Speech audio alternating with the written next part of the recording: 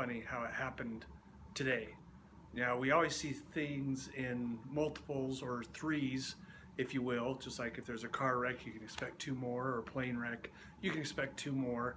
But today, it was a multiple of threes dealing with parents of young children and their weight issues.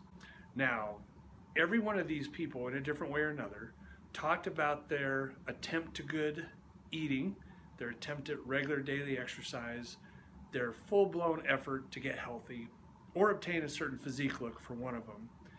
Yeah, all of them talked about every time they cheated or fell off their diet, they ate their kids' food. So I questioned each one of them, what do you mean by kids' food? And they all said, their cereal, their mac and cheese, their ravioli, their things you eat out of a box with processed meat and who knows what kind of animal this kind of cheese came from. That was their kids' foods, all of them. And they told me, as they cheated on this stuff, how rotten they felt. So I interrupted the visit every time and I asked them, you mean to tell me you're feeding your children, you're referring to your kids' food as something that makes you sick and ruins your attempt at good health? Then why the beep are you feeding it to your children? And I guess that's what we should ask everyone out there. Why do we consider kids' food this processed crap?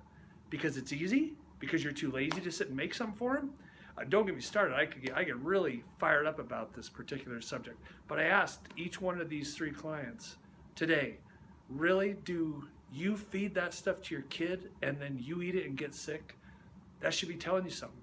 Not only should you avoid it, but good heavens, protect our kids. There was a study done in 1987. That's 30 years ago. And it said every American has an average of 700 toxic chemicals stored in our bodies. Now, with the number of new chemicals being made every year by big industry and whatnot, 30 years ago, I had 700 chemicals in me. How many do you think I have now?